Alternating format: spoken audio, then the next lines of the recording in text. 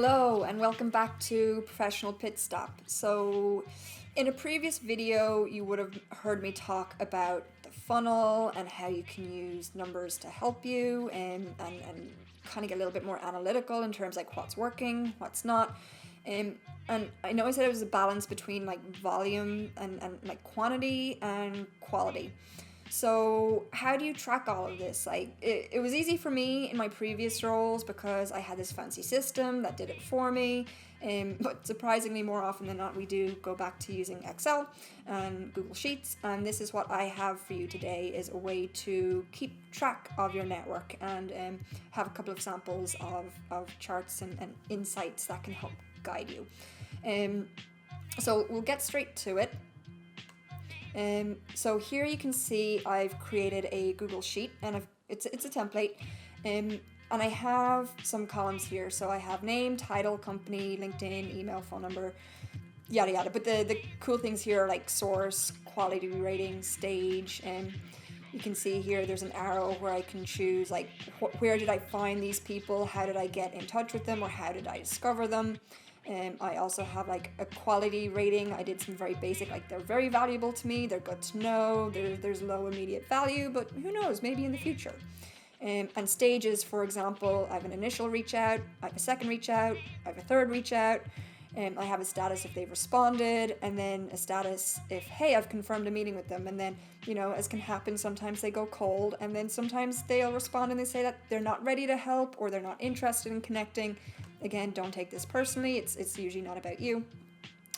So I've populated this with a few examples. So like, for example, Sabrina the Teenage Witch. She works at Netflix. I found her on LinkedIn. I find her very valuable, and I've just initially reached out to her. So by having this, you can start to do some really cool things within Google Sheets. And say, for example, here. So like here's a couple of charts. So like I have 4 people that are at initial reach out, 3 that are responded, and 1 that are confirmed for meetings. So like here we see the funnel. And I know this is because it's dummy data and I put it in that way. I did it by design, but you will see this if you start populating something like this, that you will start to see trends and you will start to notice some insights which can help guide you in your networking. And for example, here is the sources of all of our leads. So the majority of them are from LinkedIn, my own hunting. One of them is a referral, so someone referred me to someone else. Another is an introduction. So again, kind of similar to referral, but in my mind, I kind of designed this as like, this is an introduction that someone made in person. So, and a referral might be something that was digital or in person. So like, you can populate this with whatever kinds of sources that you want. And you can change the quality ratings, you can choose what kind of stages you want to do. But by having a tracker for your networking, it lets you know where your energy and your time is going. So like you might be heavy in initial reach outs, you might be getting deep into second reach out. So like usually after initial reach out, you might want to leave it a day or two and then do a follow-up, especially like, for example, in the example of LinkedIn, like your initial reach out is your connection request. And they've accepted your request, but they haven't responded to the message that you sent with the connection request. So you do a second reach out and you follow up, reiterating what you shared in the connection request and then adding something a little bit extra. You still don't hear anything. Maybe now you have access to their email, so now you're going to email them or you're going to send them another message on LinkedIn, at which point they might respond, which is great. And then you can get the conversation going, you can get a meeting set up and then get a meeting confirmed. Or you can be in the midst of having this conversation and then they go cold and they become unresponsive. Or anywhere along these 3 areas, they could say, look, I'm not interested, I'm not the right person right now.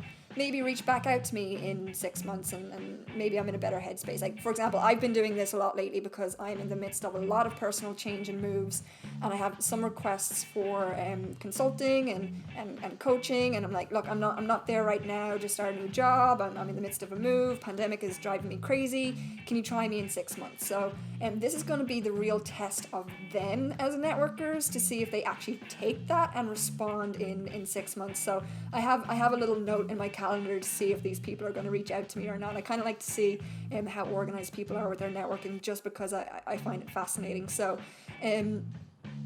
this may seem daunting, and that is okay because it is. And job searching and networking, it can be a full-time job. It really can. I mean, A recruiter is essentially a networker. It's a full-time job. A salesperson is essentially a networker. It's a full-time job.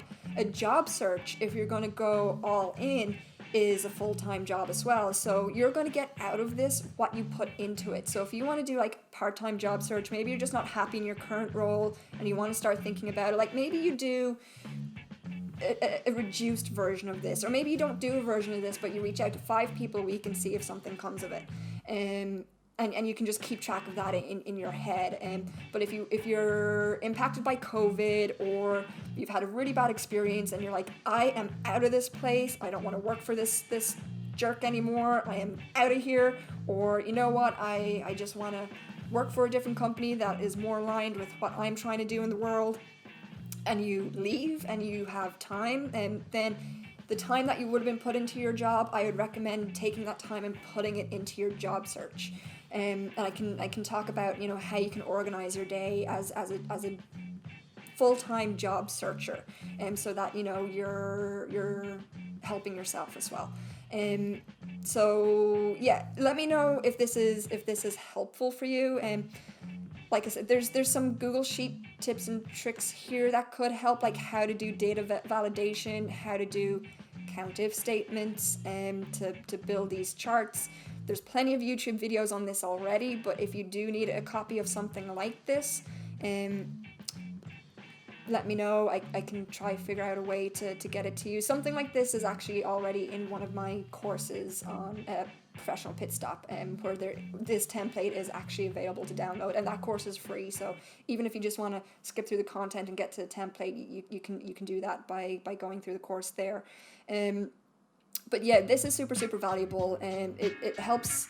I find that when I do something like this, it gives me purpose, it gives me direction. So say, for example, like, I know that a lot of my time and my leads are coming from LinkedIn, but I really want to get better at generating referrals for myself, have more people to talk to. So maybe when I'm reaching out to people on LinkedIn, or I'm getting those conversations from people from LinkedIn, my ask isn't for, can you refer me to this job? My ask is, do you know someone else in this line of work who would be interested or open to speaking with me? And then I can get a referral maybe to someone more senior, or someone more clued in, or someone with a stronger relationship with recruiters that can refer me in as well. So it really can help define what your goals are going to be, and what direction you wanna explore. So like, you might find that, and you can do this with even more fancy charts and analytics as well, that, you know, you may be spending a lot of time on LinkedIn, but your results aren't great in terms of that pass-through rate that we talked about before, right?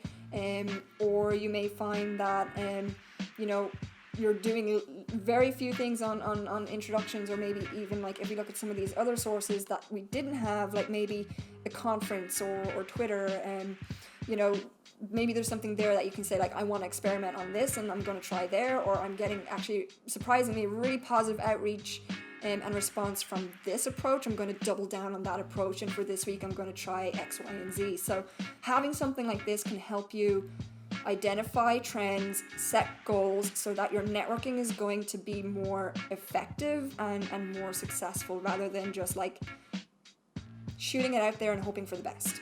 Like, share, and subscribe again. And if you have more questions on this, feel free to let me know in the comments. I can address any questions as well with another video. Like, if you want to know how to do data validation, I'm happy to do it, even though there are plenty of videos that do this already. If you want some more ideas, and like maybe you want to think of different sources, and you want to know other sources, or you want to think of a different way of doing a quality rating, or brainstorm some stages, you know, I'm happy to do that. And yeah, I hope this will be valuable to you. What you put in is what you're going to get out, is what I'll say. And initially this can feel very cumbersome, but once you start to populate more and more of this, the insight that you get is just going to be so valuable. So it is going to feel a little bit like being a little bit clumsy, trying to find a light switch in the dark, and that is okay. That is very valid. And it's just until you get into the habit and the routine of doing the activity, taking note of it, and then generating your insights. So there is a little bit of construction and foundation work that needs to go into this to make this successful, but once you have the structure in place, you are set, you are ready to go, and then it becomes rinse, repeat, personalize, rinse, repeat, personalize. So that's my recommendation. I hope this is helpful. Like I said, please like, share, and subscribe. Again, if you're struggling with your job search, and there may be other people that you know who are, so please pay it forward and share this with them as well. And what helps you may help other people. And yeah, it's been a pleasure doing this so far, and I look forward to seeing you in the next video. Take care. Bye.